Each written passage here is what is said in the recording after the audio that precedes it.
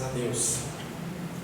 Vamos ler um trecho da Escritura Sagrada que está lá no livro de Isaías 64.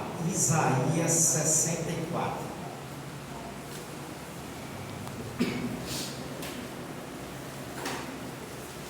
Oi, Zé, bom dia, seja bem-vinda. Seu primeiro culto de Natal. Deus.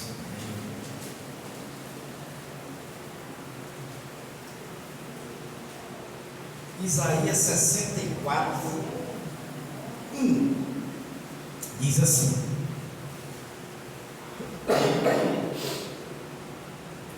ó, se fendesses os céus e descesses. Pode citar.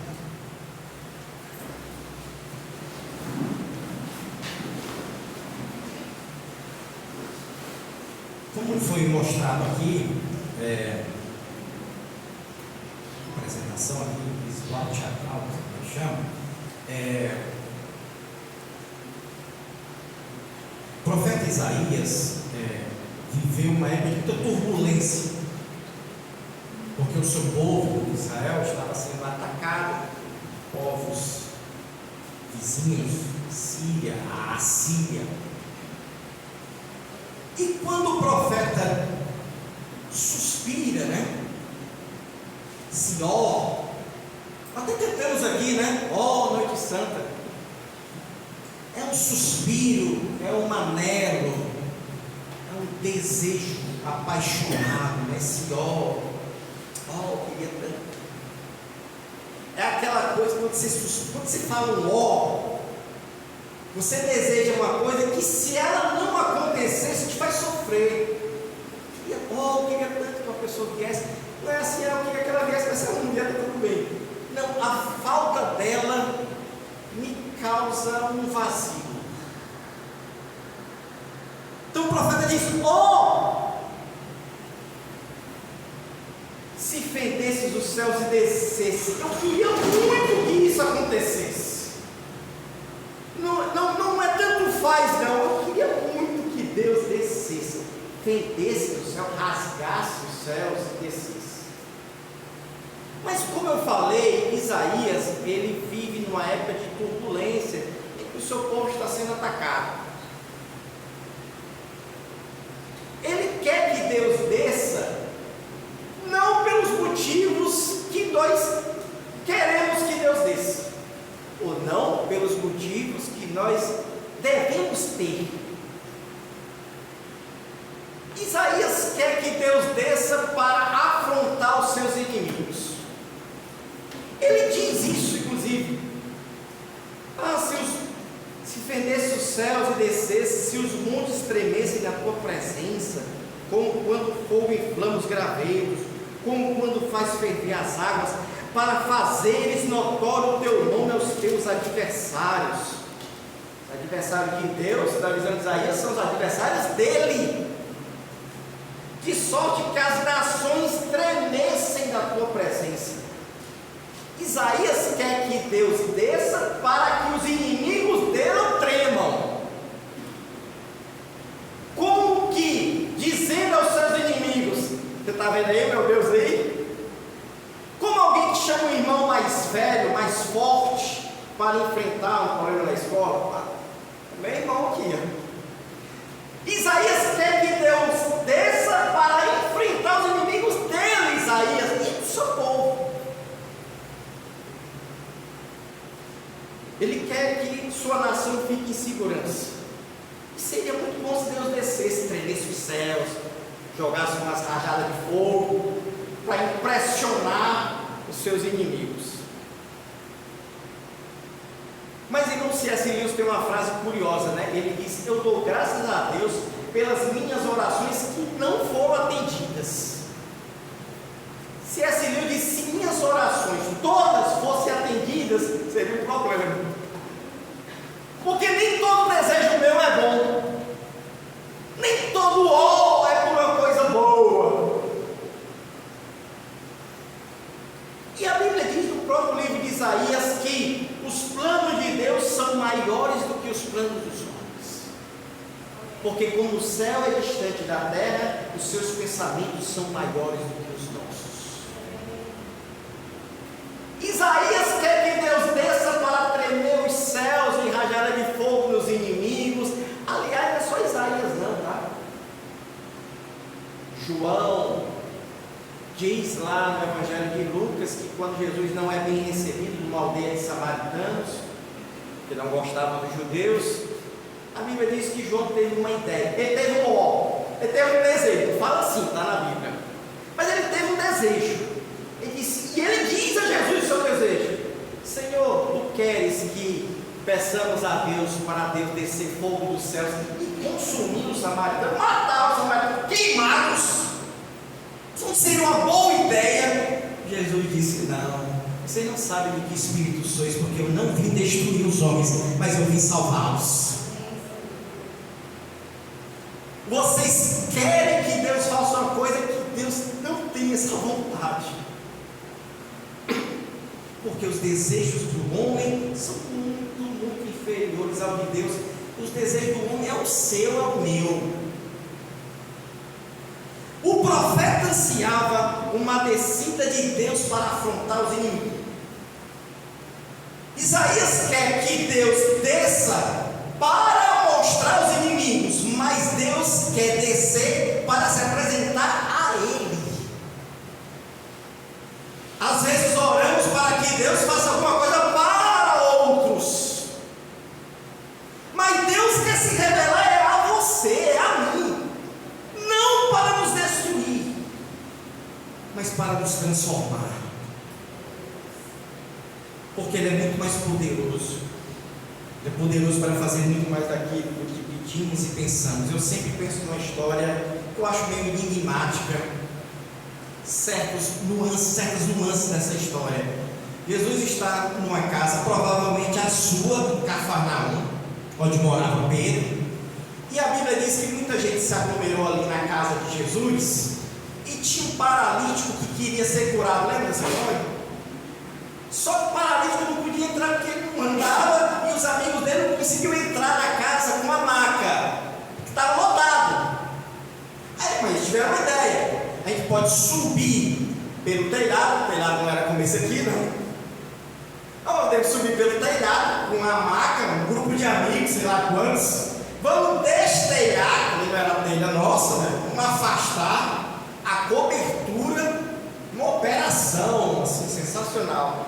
E vamos descer ao paralítico, onde Jesus está, e ele não vai poder negar. O paralítico entrou lá. E assim eles fazem isso. É dramático, né? Eles sobem com a maca, conseguem abrir o telhado, conseguem descer o homem onde Jesus está, no meio da casa. E quando ele desce lá, Jesus já tinha curado, já tinha feito milagres. Jesus disse uma coisa que todo mundo ficou: ué, o homem desce lá, paralítico, não pode andar. Jesus disse assim: filho, perdoados são os teus pecados. E todo mundo ficou: como assim? Os fariseus logo disseram: isso é um blasfêmio, isso é um absurdo. Quem pode perdoar pecado? É que pode. E outras pessoas talvez pensassem: ué, ele veio aqui para ser curado, ele quer andar. A ideia é essa. Como perdoados são os teus pecados? Ele nem pediu. Mas a Bíblia diz, numa frase, num dos evangelhos, que vendo-lhes a fé, Jesus disse: perdoados são os teus pecados. Aqueles homens queriam que o paralítico fosse curado, nem que ele andasse nisso. Mas Jesus viu algo a mais no coração daquele homem. Viu uma sede, ele viu um ódio, ele viu um desejo maior que todo mundo que estava ali, que queria ser curado, queria talvez um pão, multiplicação de pão, coisas ótimas, tá, irmão? Ser curado, né? Pão, é ótimo. Mas Jesus viu algo a mais. Esse homem tem desejo de ser perdoado, seus pecados, se aproximar de Deus. E Jesus já deu o maior para ele. Mas aí Jesus surpreendeu a todos, dizendo assim: que os fariseus pensaram, tá? Eles não disseram: não pode perdoar pecado, é que pode, como o homem não é Deus. Jesus ouviu os seus pensamentos mentalmente e disse: e para saber que eu tenho autoridade para perdoar pecados, eu também vou curar. Filho, você veio aqui por uma coisa, eu lhe dei outra, mas eu vou lhe dar a primeira. Filho, levanta-te e anda. E aquele homem ficou curado e saiu perdoado dos seus pecados. Isaías quer Deus para os outros, e Deus quer descer para nós. O Natal é Deus descendo para não para afrontar inimigo, é para unir todos os povos, todas as raças. Agora é Israel, que era um povo missionário, tá? Israel não é o queridinho de Deus, é um povo missionário para anunciar Deus aos outros. E agora Deus vai dizer a todos os povos, todas as línguas e nações: agora não existe uma. O missionário é cada um de vocês, e os magos do Oriente já são os primeiros. Pessoas que não são de Israel, ninguém nem sabe quem eles são. E é este grupo de magos do Oriente, um povo estranho, que vão ser os primeiros a ofertar a Cristo. Muitos desejos nossos, irmãos, eles são errados e até medíocres, porque queremos a destruição dos inimigos, mas não desejamos que Deus vá a eles e os transforme. Preferimos que Deus limpe os inimigos, os indesejáveis na nossa frente, para que nos sintamos num país só de pessoas adoráveis. É estranho aos nossos olhos, né? Pode parecer que os maiores amigos de Jesus comeu muito, tá, irmãos? Comeu muito assim, comeu muitas vezes, tá? Comeu muitas vezes, mas ele era acusado de glutão, era acusado de comer muito mesmo, porque Jesus aparece comendo em várias casas, jantando, tá? Jantando, é um pãozinho, não fala de café, mas um pãozinho, né? Um pãozinho asa, carneirinho aqui. E Jesus come na casa de pessoas que os fariseus, os judeus, não queriam entrar. É na casa, quando ele entra, o pessoal diz: nossa, é um absurdo, essa casa aí é pecador, não vale nada. Porque Jesus está demonstrando: eu desci para estes. Quando Jesus está conversando com prostitutas, publicanos, ladrões, tá? Ladrões oficiais, ladrões do governo, coletores de impostos, aí as pessoas dizem: como é que pode um profeta com pecadores, né? Jesus disse: eu vim para os doentes, porque os sãos não precisam de médico. Eu vim para quem está doente, vocês não estão. No Natal, Deus ouviu o ó de Isaías, mas atendeu o ó de um salmista.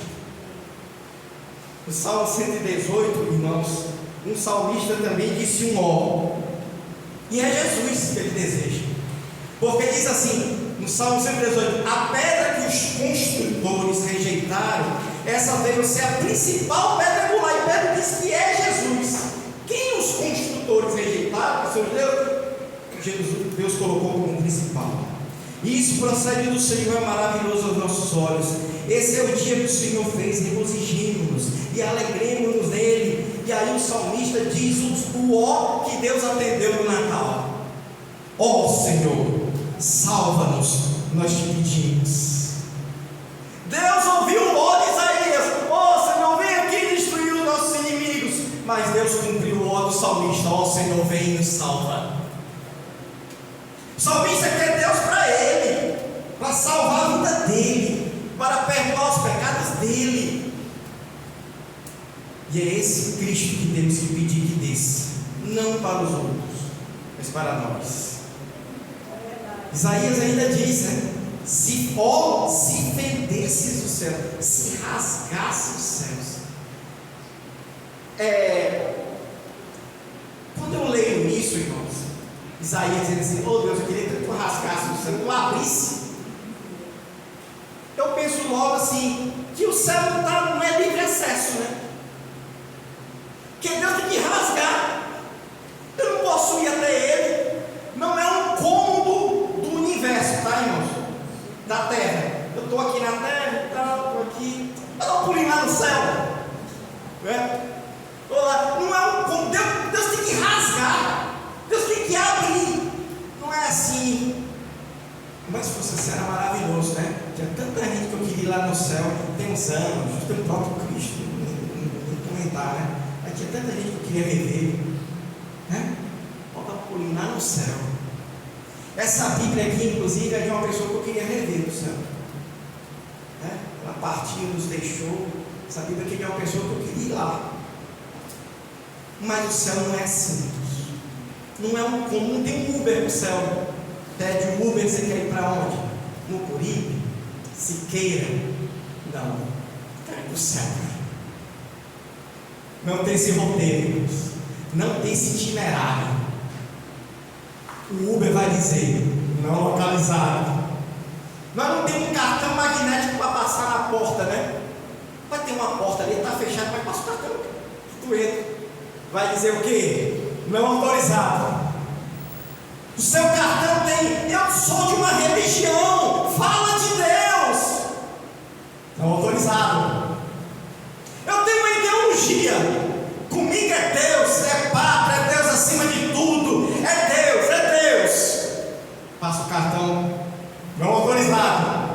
Eu tenho boas obras, Natal então eu não posso ver as criancinhas que eu dou, o mantimento. Não autorizado. O céu está fechado. E não há nada que eu possa fazer para entrar lá sem Deus. Porque aos homens isso é impossível. Deus tem que rasgar. Deus tem que abrir. E aí eu vou lhe dar uma notícia ruim. Mas não saia. Calma que já vem a boca. Primeiro tem que lhe dar uma notícia ruim. Está na Bíblia. Deus fecha, ninguém abre. Está na Bíblia? Ele é aquele que fecha, ninguém abre. No dilúvio, irmãos, tem uma cena que é alegre e dramática ao mesmo tempo. Alegre para quem não entrou, dramático para quem ficou. A arca de Noé, entram lá os animais, aí entra a família de Noé.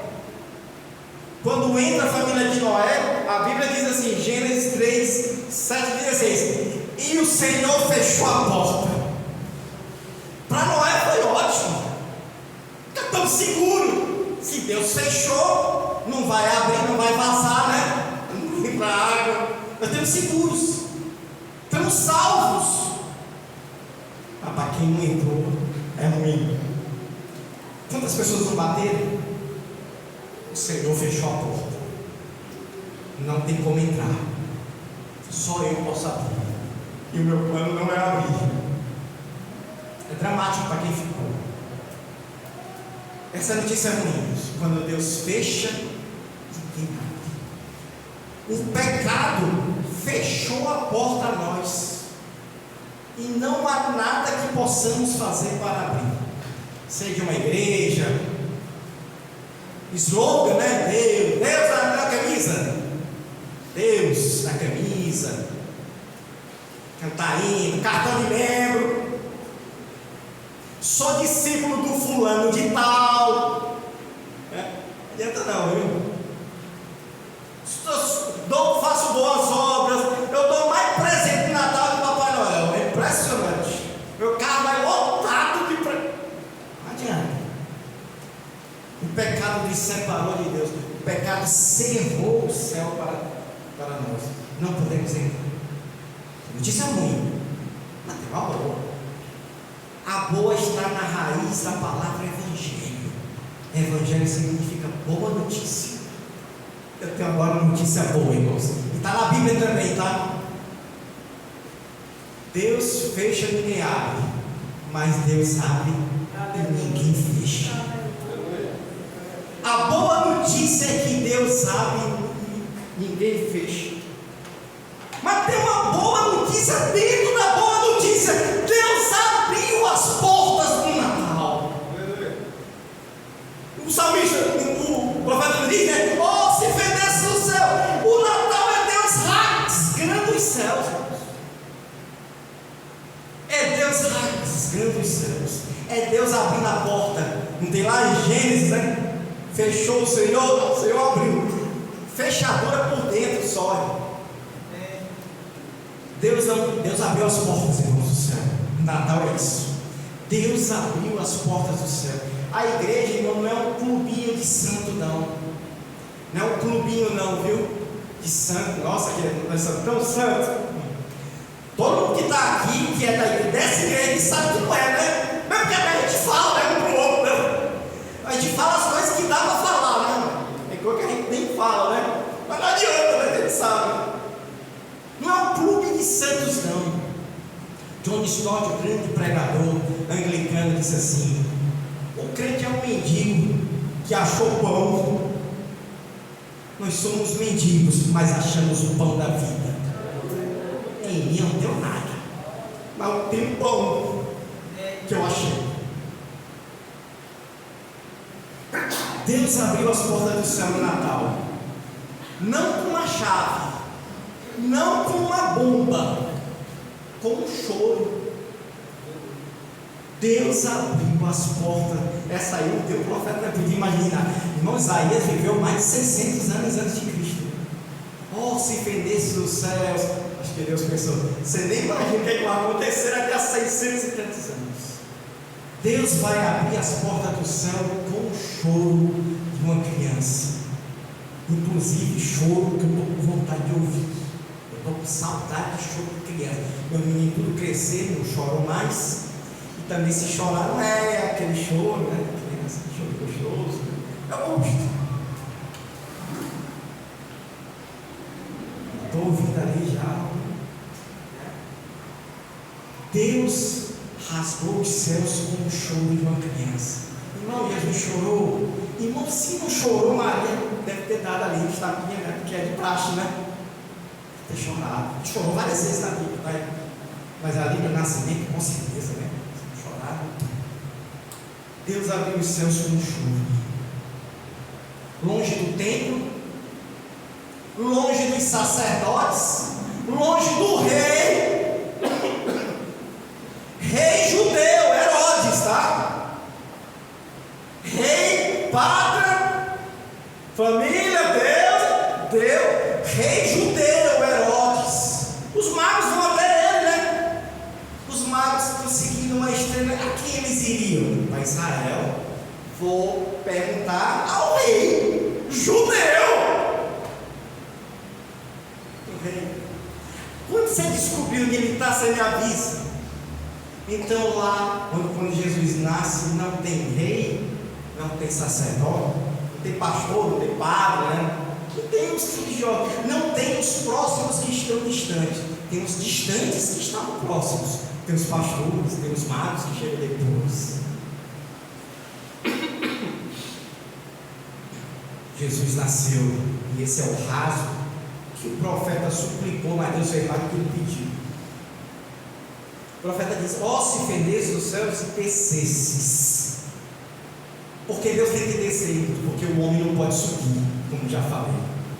Tem na Bíblia, lá no livro de Gênesis, uma torre, né, chamada Torre de Babel, em que os homens constroem. Estão construindo aí umas torres aí ainda. Não me agrada, tá? Não me agrada. Torres altas para chegar ao céu. O homem não pode subir, não tem cartão, não tem transporte para lá.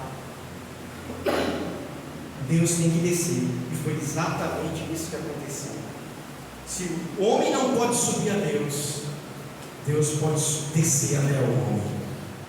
E isso aconteceu realmente porque Jesus é o Deus encarnado. Seu nome será Emanuel, que quer dizer Deus conosco. Se Isaías estivesse vivo, com 600 e poucos anos, alguém ia dizer: corre e fala para Isaías o que aconteceu que ele pediu. Deus desceu.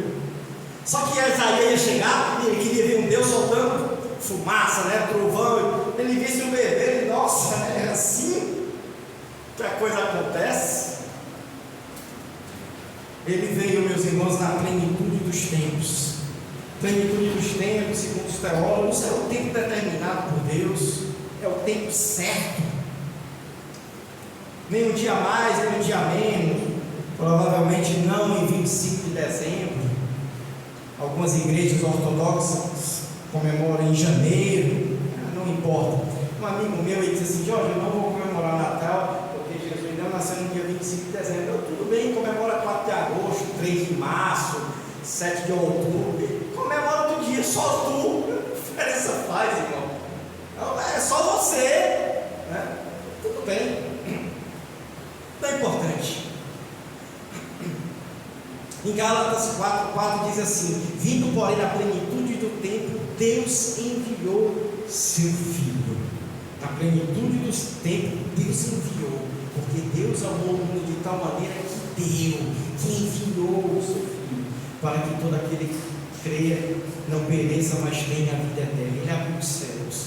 Ele é nascido de mulher, a Bíblia diz, né? Deus enviou o seu Filho nascido de mulher. Eu acho legal essa expressão, tá, irmãos?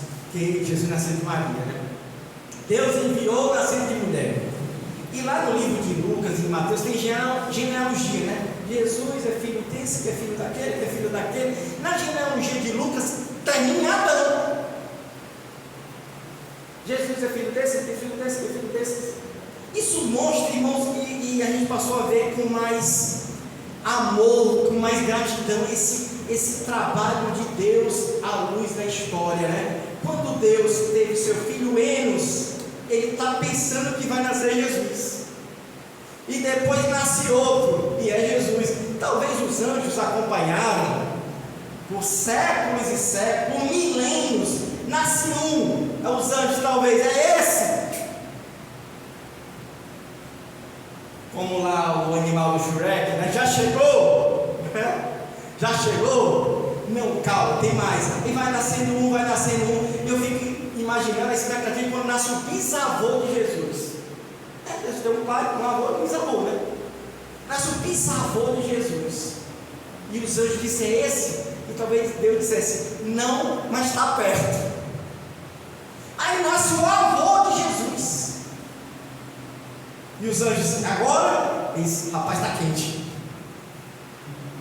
Até que nasce José e Maria, que é de quem vai vir Jesus. E talvez Deus disse: chegou a hora. Ele é nascido de mulher, mas não de qualquer mulher, desta que acabou de nascer. Você está vendo essa criancinha brincando aí pelas ruas da Palestina? Vai ser ela. É dela que será gerado o Filho de Deus. Todo o cuidado para protegê-la, como para proteger toda a descendência, tá? Nenhum podia falhar. O pai de Maria podia morrer, o avô dela também não, o bisavô também não. Todos tiveram que ser cuidados por Deus, para que Jesus nascesse de mulher, de uma mulher, de Maria. E a Bíblia diz em Gálatas: ele é nascido de mulher, nascido sobre a lei. Nascido sobre a lei indica, irmãos, a lei não foi dada para que o homem fosse salvo, mas para que o homem entendesse que não podia ser. A lei foi dada ao homem para que o homem entendesse que era pecador. De modo que Tiago diz que não adianta se guardar a lei, não, porque se ferir um pouco da lei, se torna culpado de todos. Não adianta. A lei serve para dizer que nós somos pecadores. E lá no livro de Mateus diz: o seu nome será Jesus, porque ele salvará o povo dos seus pecados. Esta é a razão. Tá? Jesus não veio, irmãos, para manter a paz entre os homens, né? Jesus não veio para te cantar Imagine, tá? John Lennon, tá? Imagine. Não é para trocar presente, para tocar, tá? Tocar. Vou receber, inclusive. Eu dou também, tá? Mas não é essa a razão, né? Pode botar luz, até está enfeitado aqui, tá? Jesus veio porque somos pecadores. Jesus veio porque não conseguimos, porque o céu está fechado. E nós precisamos desesperadamente dele, embora não saibamos. C.S. Lewis diz também, né, que o homem busca a Deus em lugares inimagináveis. E ele diz que é Deus que ele quer, mas ele nem sabe disso. Ele pensa que é naquele lugar, que é naquele, ele blasfema de Deus, ele é um hedonista, ele quer aproveitar os prazeres, ele busca Deus, mas ele não sabe disso, então ele busca em outras coisas. Nascido sob a lei, Gálatas ainda diz: para resgatar, para redimir. Ele veio para nos salvar dos pecados. Quando cremos nele, ele nos redime. Embora continuemos pecador, ele nos perdoa. Diz mais Gálatas: para a fim de que recebêssemos a adoção de filhos. Nós somos adotados. Nós somos adotados por Cristo. Somos seus filhos.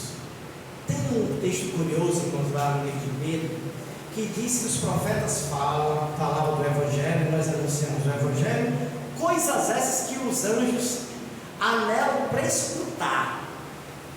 É um texto meio enigmático, né? Porque os anjos anelam para escutar aqui.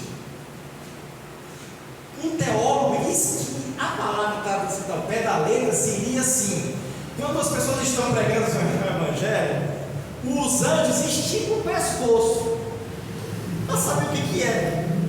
Os anjos anelam para escutar, atentar, observar, entender o que é o Evangelho, porque os anjos nunca foram salvos para se sentirem perdoados. O anjo não sabe o que é salvação, irmãos. Só o crente que sabe, pecador. O anjo nunca foi perdido para ser salvo. O anjo, quando alguém prega o Evangelho, alguém se converte, alguém diz: os anjos anelam para escutar. Eu quero saber o que é isso. Eu quero entender que experiência é essa. Eles são santos, mas nunca foram pecadores. Fomos adotados. E termina o apóstolo Paulo aos Gálatas, a fim de que recebêssemos a adoção de filhos. Vós sois seus filhos e Deus enviou o Espírito. Somos transformados porque Deus enviou o seu Espírito a nós para nos mudar, para que sejamos filhos e não escravos. O filho, irmão, se parece com o pai, né? E com a mãe, né? Muitos mais com o pai do que com a mãe, né? Os meus três parecem todos comigo, questão genética. Filho se parece com o pai. Um crente é para se parecer com o pai, né? Com Deus. Mas é difícil, viu? Difícil se parecer com Cristo. É muito difícil. Deus está tentando, viu?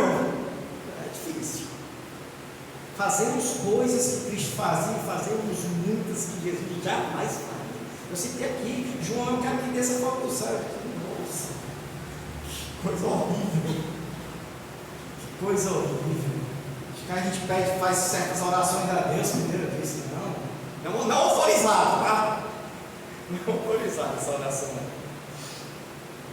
Mas nós somos parecidos, Deus está querendo nos fazer parecidos com Cristo, que só vai acontecer definitivamente quando estiver diante dele. Quando Deus desceu no Natal e entregou Jesus, os montes não tremeram, né? Porque o profeta disse: quando tu desceres, vai tremer o monte. O monte não tremeu, mas as pessoas sim. Os pastores que foram lá, os magos. Jesus continua tremendo as pessoas. Um religioso fariseu foi transformado em um apóstolo. Seu nome era Paulo.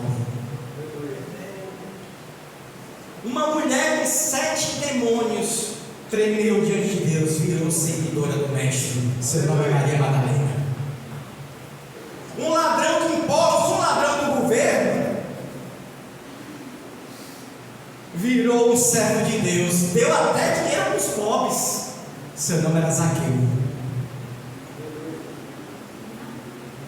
Mas nessa manhã aqui nós temos uma pessoa que tinha uns vícios em álcool, mas Deus transformou nele num homem. O seu nome é Arindamar. Um dia evangelizando com o irmão Ibanais, que está aqui, e eu estou evangelizando, entregando folheto. Aí quando a pessoa foi, ele disse: Ei, vem cá.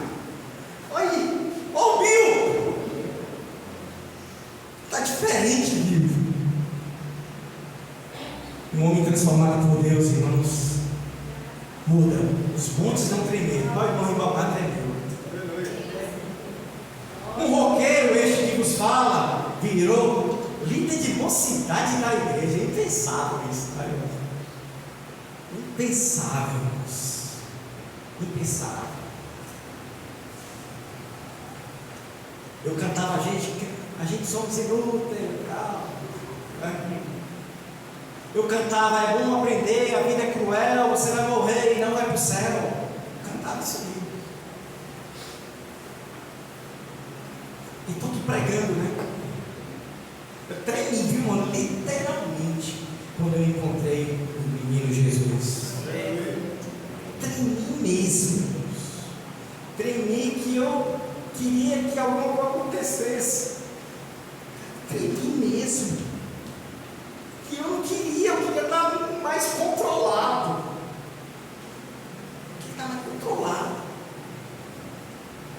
Eu conheci um homicida, traficante de drogas, que é um missionário hoje.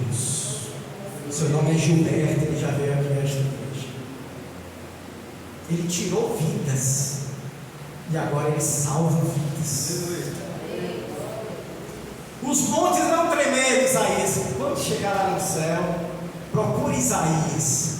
Isaías queria que Deus descesse para tremer os montes, né? Eu vou lhe dizer, tremeu foi mais coisa do que você pensa. Uma multidão vai chegar para Isaías e dizer: Isaías, nossas vidas aqui tremeram diante de Deus. E se Deus cumprisse o que você pediu, que era destruir os inimigos, ele não estava aqui. Irmão, um dos maiores evangelistas de todos os tempos, século XX, de todos os tempos, é o Billy Graham. Seu filho está aí, mas não segue muito o seu legado, não é uma opinião pessoal. O Billy Graham foi um grande pregador, pregou em todos os lugares do mundo. O próximo Billy Graham pode estar bêbado hoje no bar. Enquanto a gente pede, né, para Deus destruir o nosso inimigo, o próximo Billy Graham pode estar passando bêbado aqui. Pode estar numa boate. O próximo pastor pode estar traficando drogas agora. Deus não quer destruir, Deus quer transformar ele naquilo que ele vai ser. Como Deus não quis destruir você. Você está aqui. Você era o inimigo, tá?